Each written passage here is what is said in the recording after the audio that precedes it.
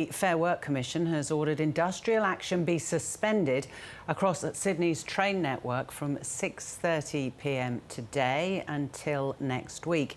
You'll remember more than 1,000 train services have been cancelled today, and commuters are being warned to prepare for long service gaps into the evening peak. But maybe not. Reporter Fiona Willan joins us here in the studio. What's this development then?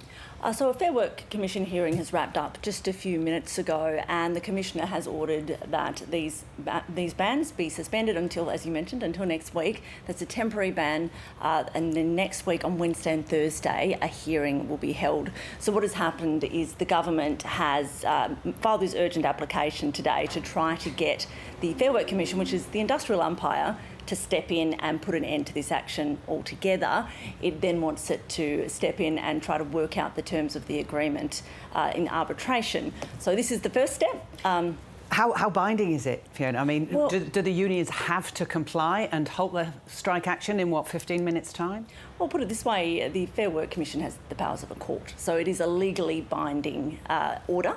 And I guess if they don't, they won't be taking protected action, which means they could be fired for doing it. So it's a delay, and it means that they have to come back to the table. Yeah, so it's not the end of the matter. This will still be addressed next week by the full bench of the Fair Work Commission. That will, as I mentioned, happen next Wednesday and Thursday, and hopefully get an outcome by then. That's to give both sides time to put in their submissions. Apparently there's a fair bit of evidence on both sides. The government is trying to really put forward a case that this is having an impact on the economy as well as the welfare of New South Wales residents. So those are two grounds upon which, if it's found to be true, the Commissioner could suspend this or throw it out entirely. But equally, I know you've been speaking to union representatives and train drivers over the last couple of days. They are adamant that they want a new deal.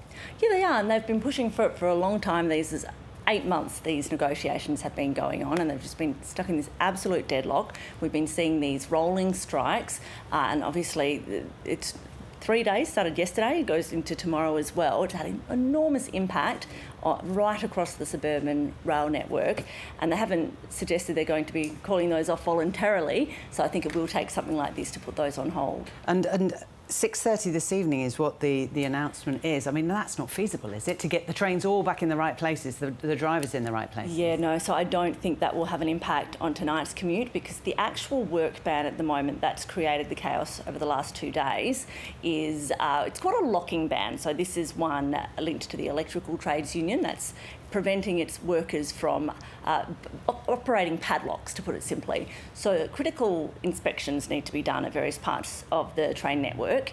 They were meant to happen at Bondi and Homebush on Tuesday night, and because the workers weren't operating the padlocks, the government workers couldn't get in to do the inspections, and therefore the default mode is to kick in a safety measure that turns all the signals in that part of the train network red, so trains can't automatically pass. So no, it won't have a flow-on effect tonight, but it should mean that the areas where the government hasn't been able to get in and do those inspections, it should be able to do that now.